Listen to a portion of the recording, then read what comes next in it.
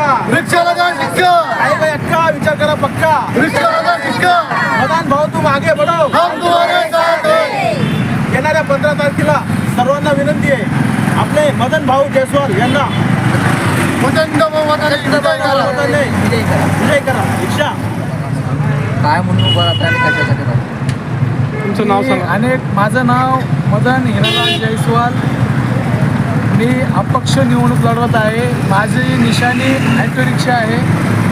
मी प्रभाग क्रमांक 27 मधून निवडणूक लढवत आहे आणि माझं गेल्या या प्रभागामध्ये मी अनेक वर्षापासून राहतो आणि बरंचसं काम या ठिकाणी केलेलं आहे गोरगरिबांचे.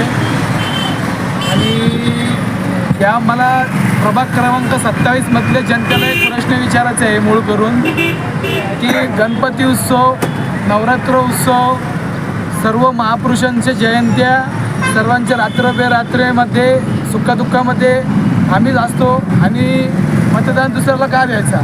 आपल्या स्थानिकाला मतदान द्या ना. मी स्थानिक आहे, मी अपक्ष निवडणूक लढतो आहे आणि मला 27 प्रभागाच्या जनतेमध्ये पूर्ण विश्वास आहे. यावेळेस जनतेला पर्याय झालेला आहे. 4 ऑप्शन झालेले आहे, अ, ब, क, ड.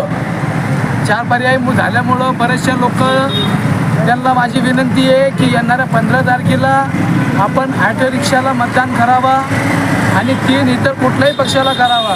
पण एकदा एक संधी आपली सेवा करायची मला द्यावी, एक संधी मला काम करण्याची द्यावी.